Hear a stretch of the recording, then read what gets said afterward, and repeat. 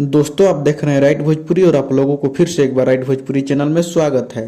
दोस्तों कल सुबह एक गाना आ रहा है 6:30 बजे वेब म्यूजिक से खेसारी लाल यादव का। और दोस्तों इस गाना को लेकर विवाद कर दिया गया था।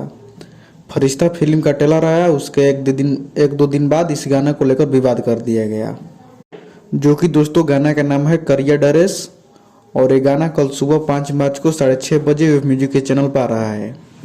और ये गाना फरिश्ता फिल्म का गाना है और इस गाना को कृष्णा बेदर्दी ने लिखे हैं।